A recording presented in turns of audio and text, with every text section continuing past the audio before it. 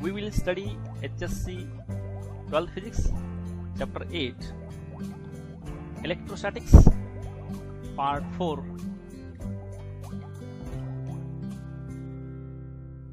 Next point is potential energy of a dipole in an external field.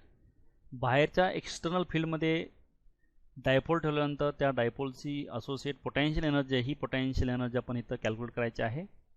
Now consider this diagram and corresponding this animation, this diagram, and here consider a dipole with charges minus q and plus q separated by a finite distance 2l. आता ही dipole आहेत, pair of equal and opposite charges आपण याला dipole म्हणतो. त्यामध्ये दोन charges आहेत, एक plus Q आणि हा मायनस क्यू, आणि दोनच्यामध्ये सेपरेशन जे आहे 2l आहे. Place in a uniform electric field E bar. आता बाहेरची जी एक्सटर्नल इलेक्ट्रिक फील्ड आहे ई बार हे पॅरल लाईन दाखवलं बघा. ह्या एक्सटर्नल इलेक्ट्रिक फील्डमध्ये हा डायपोल प्लेस केलेला आहे. It experiences a torque tau bar which tend to rotate it. आता ह्याच्यावरती बाहेरचे एक्सटर्नल इलेक्ट्रिक फील्ड असल्यामुळं हा जे प्लस चार्ज आहे याला चार्जवरती इक्वल डायरेक्शनमध्ये हा फोर्स ॲक्ट होतो, तो आहे क्यू इंटू ई. मायनस चार्जवरती या डायरेक्शनमध्ये फोर्स ॲक्ट होतो, मायनस क्यू इंटू ई. हे दोन्ही इक्वल आणि opposite forces acting on this dipole आहेत. दोन वेगवेगळ्या पॉईंटला आपण दोन इक्वल आणि अपोजिट फोर्स जर ॲक्ट झाले तर त्याच्यावरती टॉर्क ॲक्ट होतो. Two equal and opposite forces acting on two different points then that body experiences torque. ते ॲनिमेशनमध्ये पण दाखवलेलं आहे. हा प्लस चार्ज इकडे एक्सपिरियन्स करतो फोर्स, मायनस चार्ज हा इकडे फोर्स एक्सपिरियन्स करतो, आणि हे इक्वल आणि अपोजिट फोर्सेस आहेत. आणि इक्वल आणि अपोजिट फोर्सेस हे दोन वेगवेगळ्या पॉईंटला ॲक्ट झाल्यामुळे हे टॉर्क जे आहे हा डायपोल जे आहे हा डायपोल टॉर्क एक्सपिरियन्स करतो. आणखीन यानं जे एक्सपिरियन्स केला टॉर्क आहे हा torque tau bar equal to P bar cross E bar. Electric dipole movement P bar, electric field E bar, हा टौ बार टॉर्क आहे. हा वेक्टर प्रॉडक्ट घेतला आपण P sine theta, tau bar equal to P sine theta into n cap. आपण only value consider केली, tau equal to P sine theta. Theta is the angle between P and E, that is electric dipole movement and electric field. Now work done by external torque. आता हे rotate जे होतं हे rotate होण्यासाठी लागलेलं work done जे हे work done, समजा आपण थिटा नॉट टू थिटा एवढं जर आपण हे रोटेशन घेतलं तर त्याला लागणारं वर्क डन जे आहे W, work done is equal to tau into T theta. Now tau external जे आहे हे टौची व्हॅल्यू आपण इथं ऑलरेडी काढलेली आहे, पी साइन थिटा ही व्हॅल्यू पुट केली. Tau torque P sine theta d theta as it is. Now this p is constant, take out of this integration sign, then integration of this sin theta d theta is minus cos theta, and upper limit is theta and lower limit is theta naught. Then this upper limit, putting value of this upper limit minus lower limit, now upper limit is theta minus lower limit is theta naught. This minus minus becomes plus, and rearranging terms, take this plus term first and then minus term, then this becomes p into bracket cos theta naught minus cos theta. हे w work done जे आहे हे work done required to displace this, that is experience torque from theta not to theta. Theta not to theta हे जे आहे एवढं displacement होण्यासाठी लागलेलं वर्क डन जे आहे ह्या डायपोलला ते इतकं आपण कॅल्क्युलेट केलं आहे डब्ल्यू. हे बघा इथं ॲनिमेशनमध्ये दाखवलेलं आहे. हे एक्सपिरियन्स झालेल्या फोर्समुळे हे रोटेट होतं आहे, एक्सपिरियन्स होते टॉर्क याला, आणि तो एक्सपिरियन्स झालेला टॉर्क जे आहे आणि टॉर्कसाठी जे लागलेलं वर्क डन जे आहे हे वर्क डन इथं आपण कॅल्क्युलेट केलेलं आहे.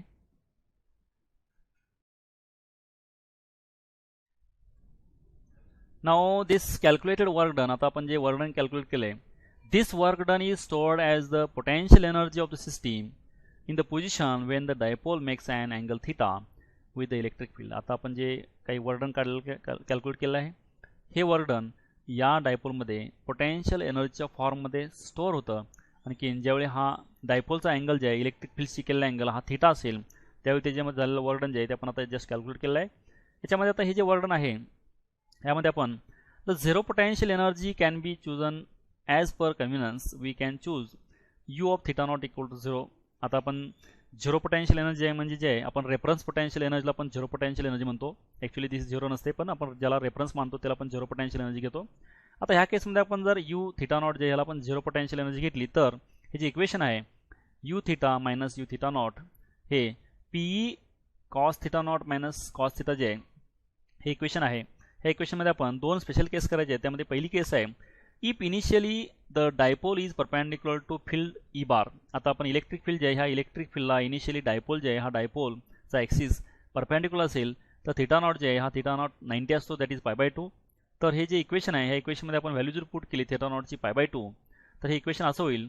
हे थिटा आपण हे जे यू थिटा नॉट जे आपण 0 घेतलं, ही रेफरन्स पोटेन्शियल एनर्जी ही 0 घेतल्यानंतर ओनली यू थिटा येतं इथं, आणि यू थिटा आल्यानंतर हे जे आहे यामध्ये कॉस थिटा नॉट जे आहे थिटा नॉटची व्हॅल्यू आपण π/2 टाकली. जर हे initially direction of electric field आणि ॲक्सिस डायपोल जे आहे हे एकमेकाला परपेंडिक्युलर असतील त्यावेळी तर कॉस π/2 जे आहे हे 0 येतं, त्यामुळे हे ओनली मायनस कॉस थिटा आहे, त्यामुळे पी मायनस कॉस थिटा जे हे मायनस पी कॉस थिटा येतं. मग पी कॉस थिटा जे आपण हे P bar dot E bar लिहू शकतो, dot product P bar dot E bar म्हणजेच पी कॉस थिटा आणि मायनस साईन आहे, ही आहे यू थिटा एनर्जी त्याची. सेकंड केस आहे if initially the dipole is parallel to the field E bar. आता इलेक्ट्रिक फील्ड ई बार जे आहे हे इलेक्ट्रिक फील्ड ई बारला डायपोल जे आहे हा डायपोलचा ॲक्सिस जर पॅरलल असेल तर त्यावेळी थिटा नॉट जे आहे 0 येतं. थिटा नॉट 0 असल्यामुळे हे जे इक्वेशन आहे ते आपण ऑलरेडी इथं यू थिटा नॉट हे 0 टाकलेलं आहे, त्यामुळे यू थिटा आहे हे P cos theta not minus cos theta.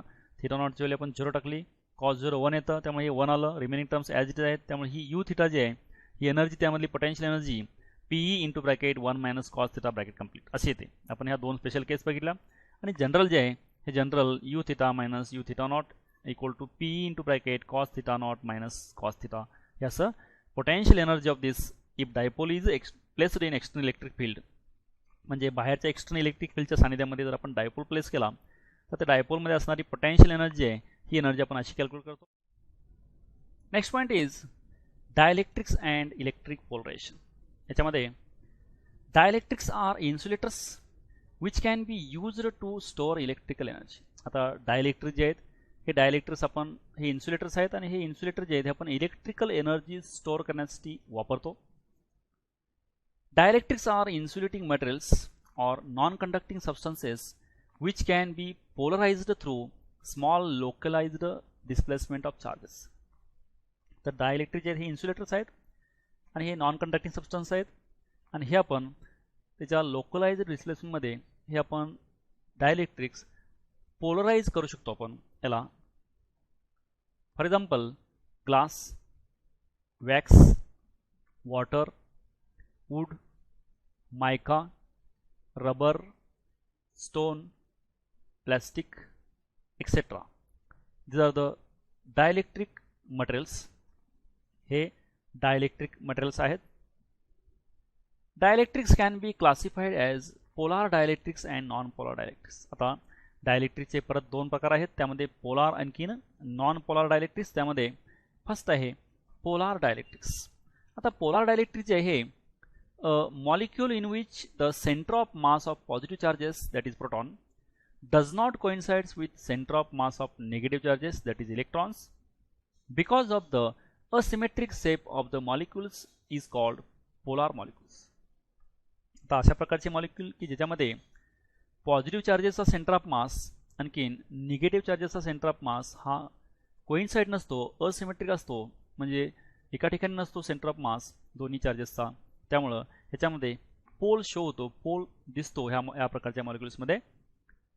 They have permanent dipole movement and act as tiny electric dipoles. यामध्ये परमनंट इलेक्ट्रिक छोटा डायपोल असतो या प्रकारच्या पोलार डायइलेक्ट्रिक्समध्ये.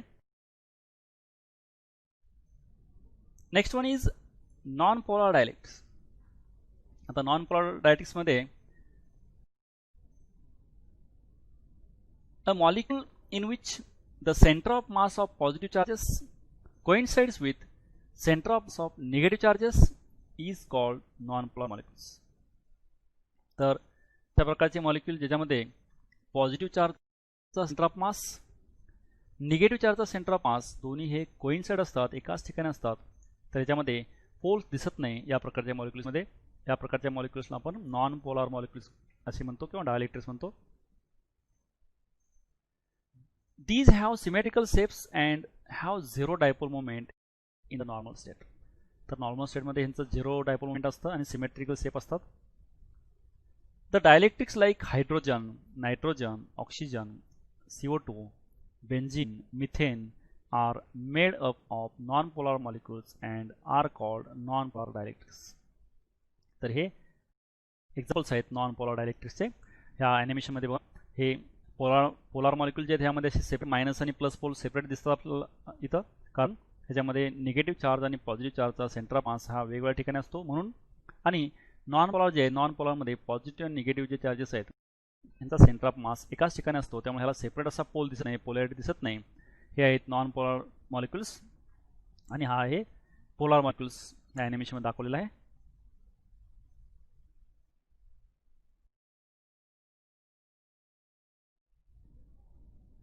Next point is polarisation of non polar dielectric in an external electric field.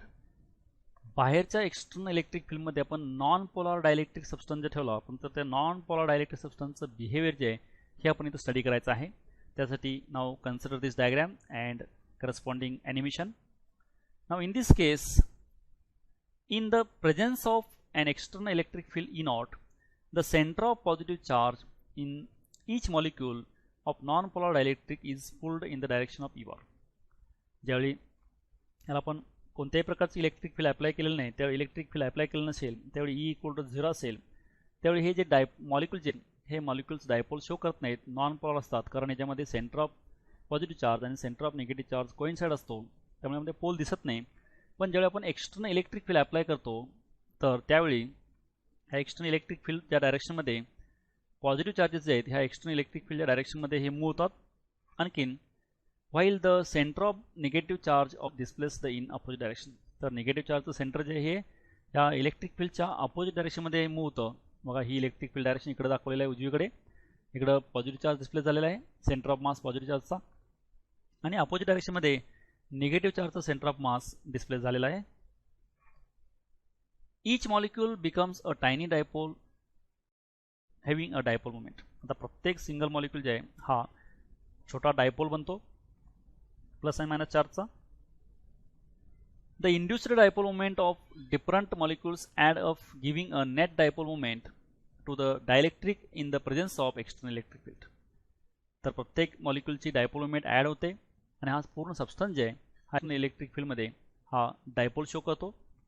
तर इथं ॲनिमेशनमध्ये पण दाखवले बघा, सिंगल हा चार्ज होता, मॉलिक्यूल एकत्र होते, पॉझिटिव्ह निगेटिव्हचे चार्जेस आता हे डिस्प्ले झाले आहेत. बाहेरचे एक्सटर्नल इलेक्ट्रिक फील्ड अप्लाय केल्यामुळं वन साईडला पॉझिटिव्ह डिस्प्ले झालेला आहे, अदर साईडला अपोजिट डायरेक्शनमध्ये निगेटिव्ह डिस्प्ले झालेला आहे सेंटर ऑफ मास या चार्जचा. आणि हा प्रत्येक सिंगल मॉलिक्यूल जे आहे हा डायपोल शो करतो आहे आणि सर्वांचं हे डायपोल मोमेंट ॲड होऊन रिझल्टंट डायपोल मोमेंट तयार होतं.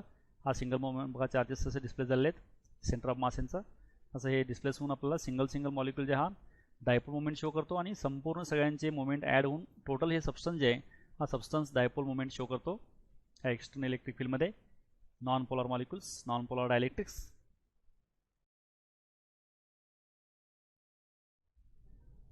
Next point is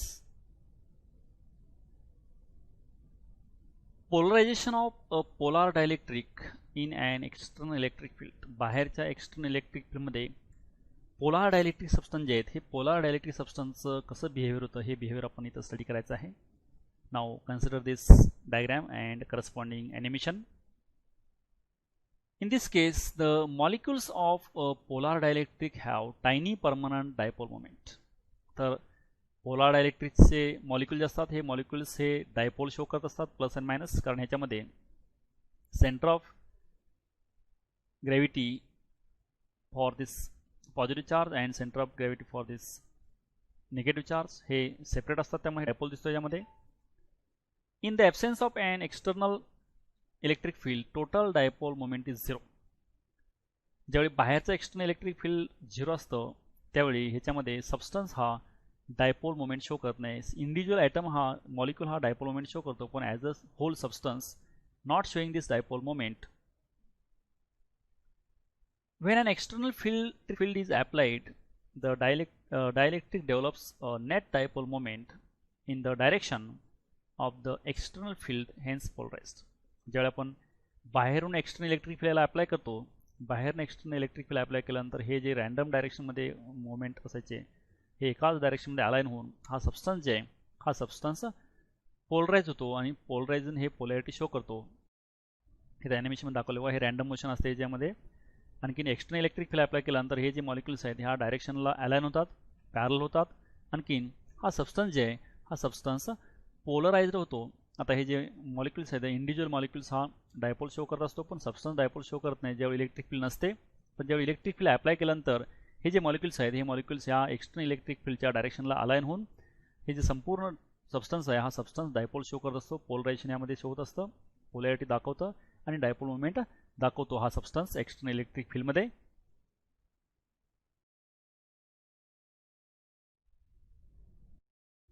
Now conclusion is, thus both polar and non-polar dielectrics develop net dipole moment in the presence of an external electric field.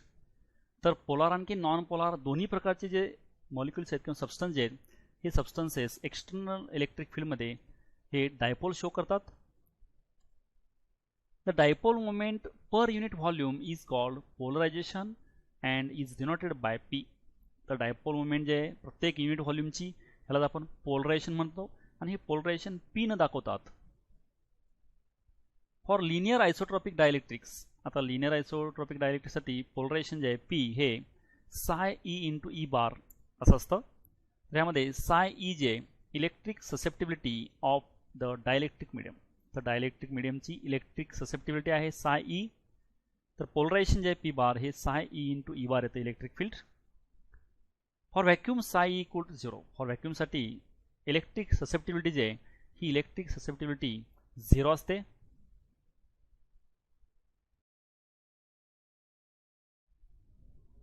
Next point is reduction of electric field due to polarization of dielectric.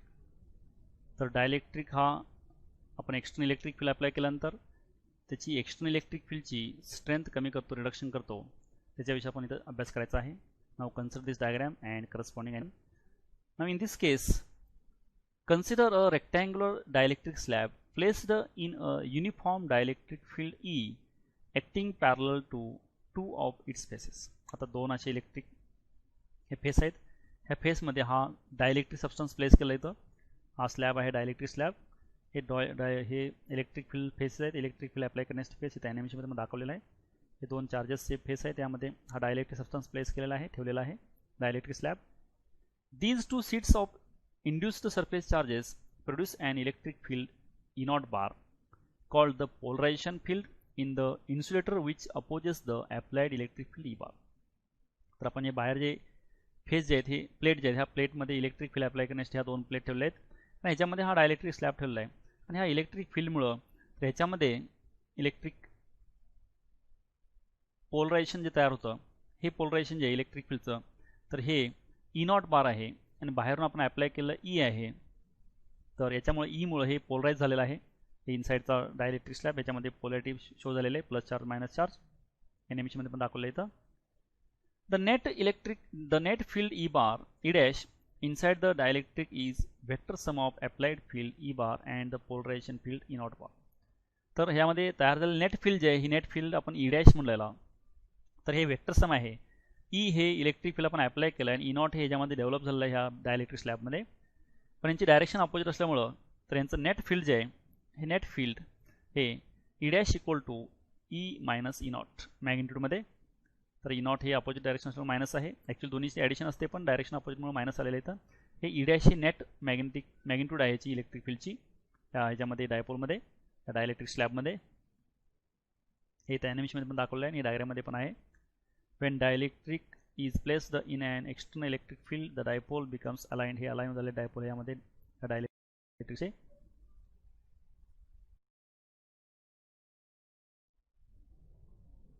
Now again consider these different cases and one animation. Here, the greater the applied field, greater is the degree of alignment of the dipoles and hence greater is the polarization. आपण बाहेरचे external electric field आपण जेवढी जास्त लावू, जेवढी जास्त apply करू, तेवढं ह्याच्यामध्ये जे पोलरायझेशन तयार झालं आहे या स्लॅबमध्ये ते जास्त असतं आणि हे अपोजिट डायरेक्शनमध्ये असतं. The induced dipole moment disappears Wien the field is removed. बाहेरचं आपण एक्सटर्नल इलेक्ट्रिक फील्ड जर आपण रिमूव्ह केलं तर यामध्ये डायपोल मोमेंट जे आहे ही डायपोल मोमेंट पण रिमूव्ह होते, डिसअपियर होते. आपण यामध्ये बघा इथं ह्या दोन प्लेट जे आहेत, induced surface charges on dielectric establish the polarised E not bar in the interior.